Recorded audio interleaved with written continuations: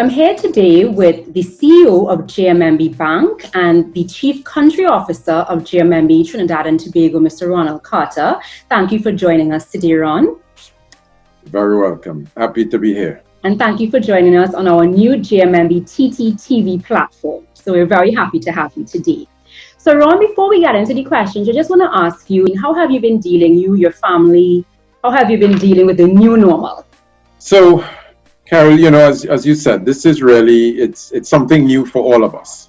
And I've been dealing with it by certainly, staying very close to my family and and team members. So close but remote. I have my two parents are well in their 80s, so I'm staying far away from them physically and close to them, emotionally and heart-wise. So I Skype with them and chat with them. And my daughter, I have a 7-year-old daughter, so she's been at home for quite some time. As with many, spending probably way too much time on electronic media. Yes, a lot of screen time going on. A lot of screen time. I'm similar. I have elderly parents as well, so I haven't physically seen them in a month, but I've tried to keep in contact with them via phone and WhatsApp and so. So as we get into it now, Trinidad and Tobago and the world is seeing such a huge impact from COVID-19 thus far. How do you see Trinidad and Tobago, the impact of COVID-19 on Trinidad and Tobago, economically and socially? So it goes without saying that Trinidad and Tobago, like other countries globally, are going to be very heavily impacted by what's happening. TT on our two, if you look at on the energy side, we're also going to get very much impacted with the fall off in energy prices. Our non-energy sector is naturally going to be very much affected by the fall off in consumer demand, the fact that so many businesses have literally had to close their doors and have essentially zero revenue coming in. So the economic impact is going to be significant. What we've seen is that the government has responded very sensibly so by adjusting monetary policy, adjusting fiscal policy, and also from a social perspective has announced a number of packages that are going to help the business community as well as helping individuals who are very much affected. I think, when we look at, we think about the economic impact, the reality is that none of us have a crystal ball, and the ultimate economic impact will in large part depend on A, how long this lasts, and B, what that recovery looks like. Is it an L-shaped recovery? Is it a V-shaped recovery? And frankly, I don't think we're in a position now to make that kind of prediction. I think what we should focus on are the things that we do have control over.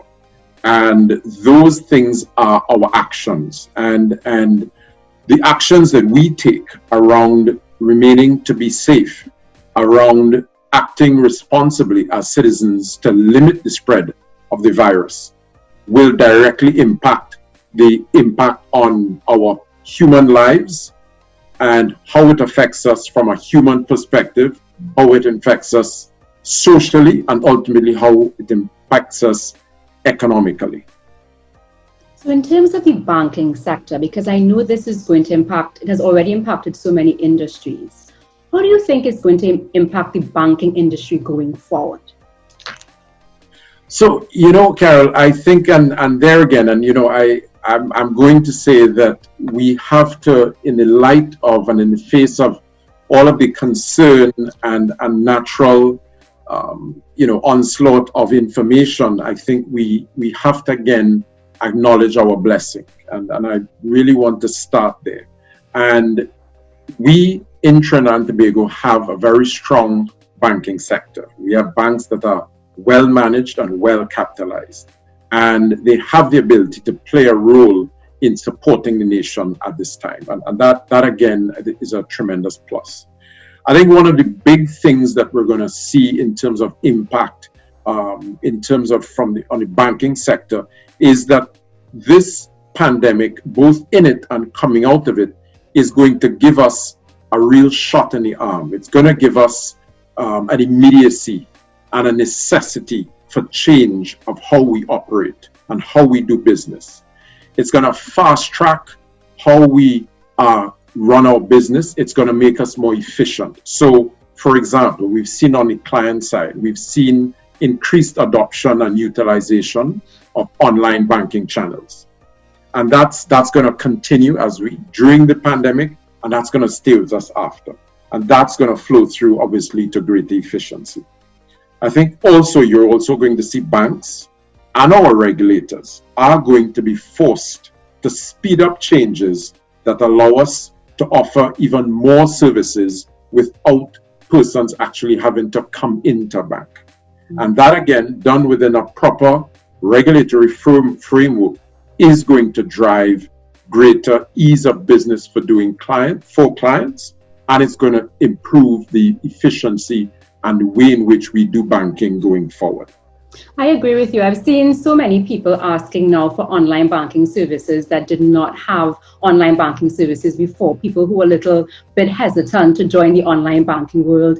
Absolutely. And it's the classic thing of good things can come out of bad. And it's a matter of perspective. And I think that even from a national perspective, I think we're also going to see a change in how we work.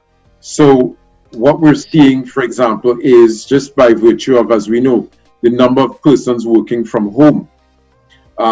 That's going to change how businesses operate themselves. Mm-hmm. It's going to ultimately, I believe, lead to greater efficiency as businesses adapt and get used to how do they manage teams remotely.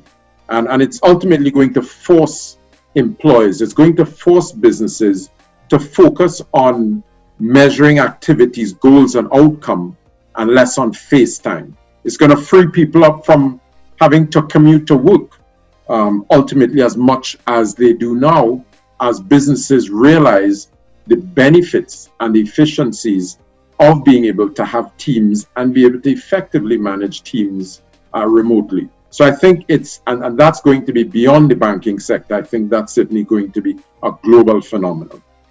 What do you think are some of the challenges that we're going to see come up with persons having to work from home? But there's that challenge that I see in terms of socializing and being able to engage in that one-on-one, that FaceTime. I think, if anything, COVID-19 has taught me the importance of that face-to-face time. Do you think now that persons will be gravitating more towards working from home, that's going to be a bit of a challenge, especially when it comes to leadership?